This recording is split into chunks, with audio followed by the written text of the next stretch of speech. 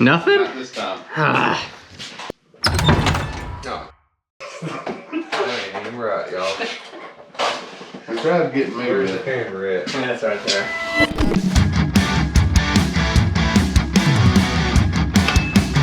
High five. Yeah.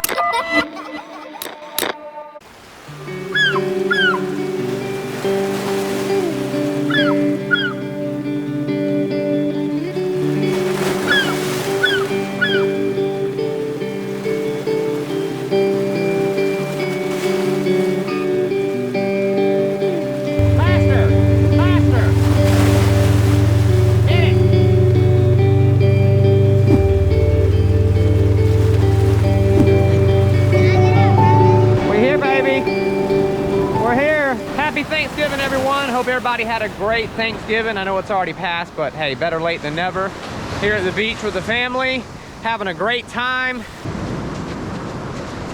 What? Daddy. Daddy. You're so cute. Daddy.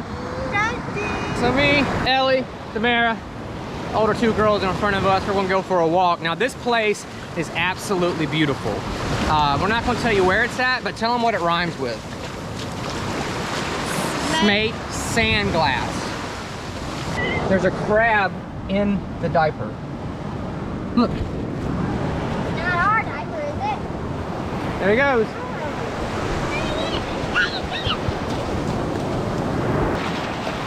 Beep. Here's Johnny. But we'll turn the camera around. And what makes this place beautiful is usually you've got it to yourself.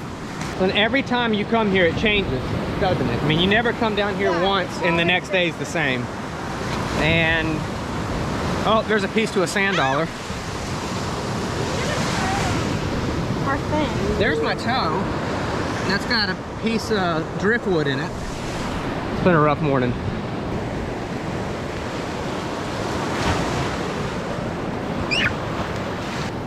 So here we have a pine tree. If you've never seen the roots of a pine tree, this is a great spot to see it. And there's some mega roots. This is a pine tree.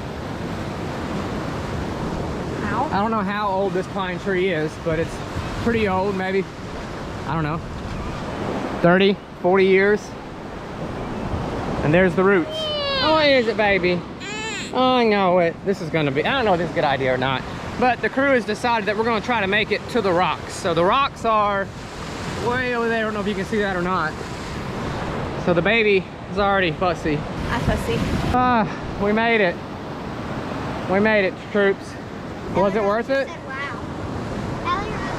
Yeah, it's probably worth it. I think it was worth it. Now the rough part, the trek back to the gator, back to where we were. What is it? Huh? Was it worth it? It's always worth it. Always worth it.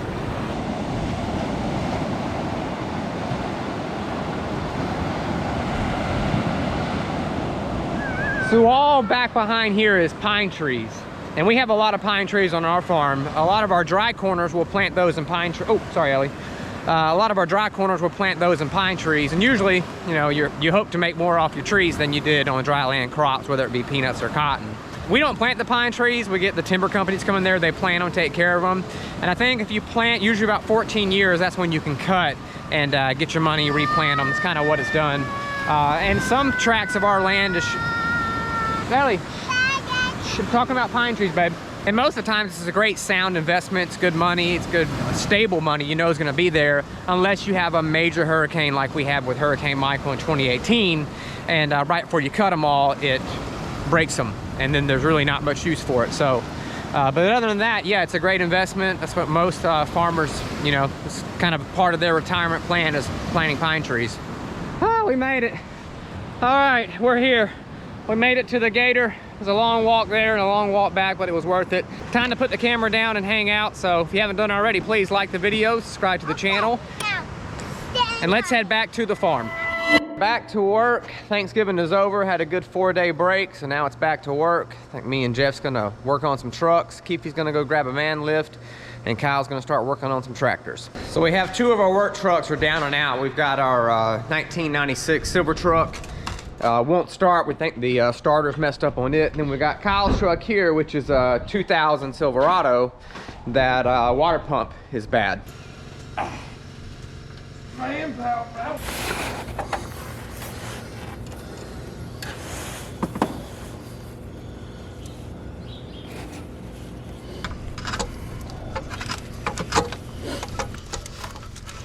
Oh yeah. There she is. One baby one. I can't even remember what size that would begin to be. Small one. Heel it.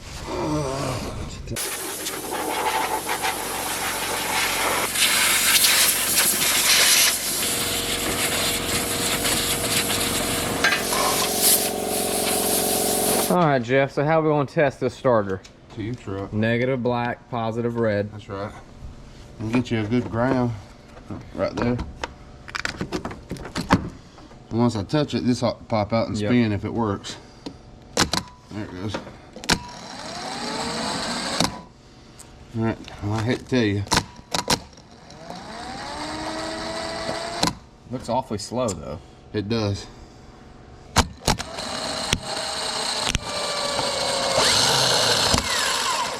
Good.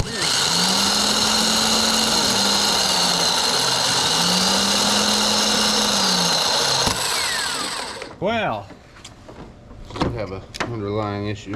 looks like we might have a wiring issue or something. And that's Starter where appears to Jeff's be corner okay.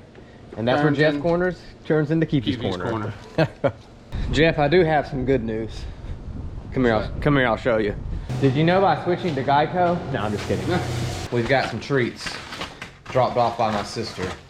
Oh man. Oh yeah, oh yeah.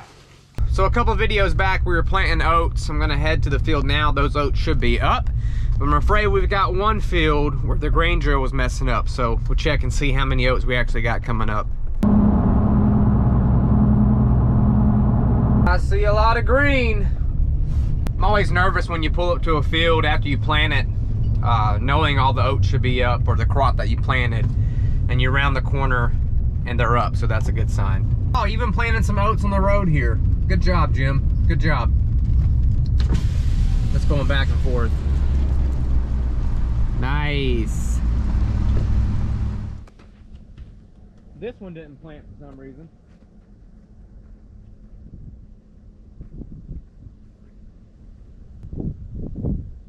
Cold. 44 degrees. That's cold for a Florida boy. Now these were planted a little bit later, so they're not fully emerged yet. But tell it's a little skimpy right through this little section. Over there looks a little better. Right here, not too great. And then over there looks even better. So I think we'll be all right. Yes! I do believe the stand is adequate for the appropriate amount of oats needed to have a successful harvest. As y'all saw probably in our last video, we finished up the cotton, so now we're just having to deal with the aftermath of all the stuff that broke down while we were harvesting peanuts and cotton. We got trucks parked here and yonder, tractors left in the field, and just all kind of stuff. So we're trying to get caught up on all that. But real quick, I thought this is something that most people might appreciate. Just a little Keefy's quick tip. We had this little Chevrolet 1500 a while back. It gave us some trouble. It would turn over, it'd spin, wouldn't fire, wouldn't crank. I was tied up and whatnot, and we ended up taking it to the shop. I think $1,500 later we got it back, and here a couple months later now it's giving us issues again. It's always hard to crank. Even when it spins over, it's just turn it over, turn it over, turn it over, and it'll finally fire up. And then the other day, it started would click, but the starter wouldn't turn over. So I'm like, Anyhow, what we found, these trucks have old side post type batteries in them with old side post connectors. And I didn't get any video of me actually working on it to show you what I found. I apologize for that. But I am going to show y'all how I've learned to fix these things over the years where you won't have any more trouble with it. Red's positive or is it black? Keefy's corner. Basically, all you got to do, some of these batteries will have a top post and a side post. Side post connectors, FYI, I hate side post connectors because they're trouble. So what you have to do, all you gotta do is go to the hardware store and get you 2 marine grade top post battery terminals. And the reason why I say marine is the marine terminals actually have a bolt with a wing nut on the top where you can put your connectors. Then what I do is I cut the old Bobo side post connectors off my battery cables. And what you do for that, you go over to the welding part of the parts house and you buy you a copper crimp on or solder on terminal connector for a welding lead, and you put those on your battery cables, your 12-volt side and your negative side. Now you can, if you've got a hefty set of crimpers, a big set of crimpers, and I ain't talking about the little dollar store crimpers, I'm talking if you got a set of good terminal crimpers, you can crimp them on. The other way to do that is you can take you a little bit of flux, put some flux inside that connector, flux your wire ends real good, and then take that connector and hold it with some vice grips and heat it. Take your solder and feed it till it's full of solder, and then stick your wire in it, and it'll be soldered on. The days of bad connections, corroded connections, over with. And that little deal right there, this trouble will no longer give us battery problems. If it does happen to get corroded or something like that, you can take these off, hit them with a wire brush or wire brush wheel on a grinder or something, polish them back up, put them back on, you're good as new. There we go. Burn like a kitten. So we got the hydraulic line made for our 4050 here. So we're gonna go ahead and install it and try to get it all back together. All right, so this line is gonna fight me. So I'm gonna turn the camera off, try to get this step done. I take this right here and thread it onto this piece right here. But for some reason, it's just wanting to fight me the whole way, so. There he is, we finally worked it through. All right, so here comes the fun part. Oh, got some grease right there. Oh, there we go. So here comes the fun part. It's where we have to take our new line and run it right there. We got 3 fittings here that we've already undone the lines from. The reason we had to undo 3 of them was because that guy was all the way in the back here and we couldn't get to it. New line on and the old lines hooked back up. So now the only thing left to do is climb in here and try out and see if it's gonna work. And I think we have a dead battery and no cables. So we got the hard part done, and that's the steering line back on. Well, I hope that's the hard part. I hope it's just a dead battery. We've had some really cold nights, so that's most likely what it's going to be. It's the next morning. It's freezing. It's 38 degrees. Got us a new battery. Hopefully she'll crank. And I thought I had ether, but I didn't see it. So cold you can see your breath. You might as well get in there and get ready to turn that steering wheel. I love the smell of ether. Should I put that in there or no? You got any neutral, don't you? Yeah. Don't take off. You have a wet crotch.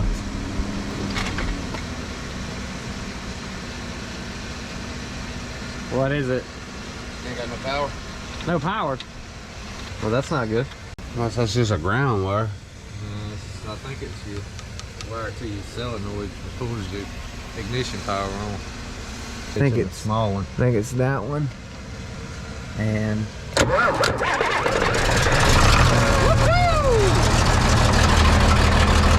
buddy.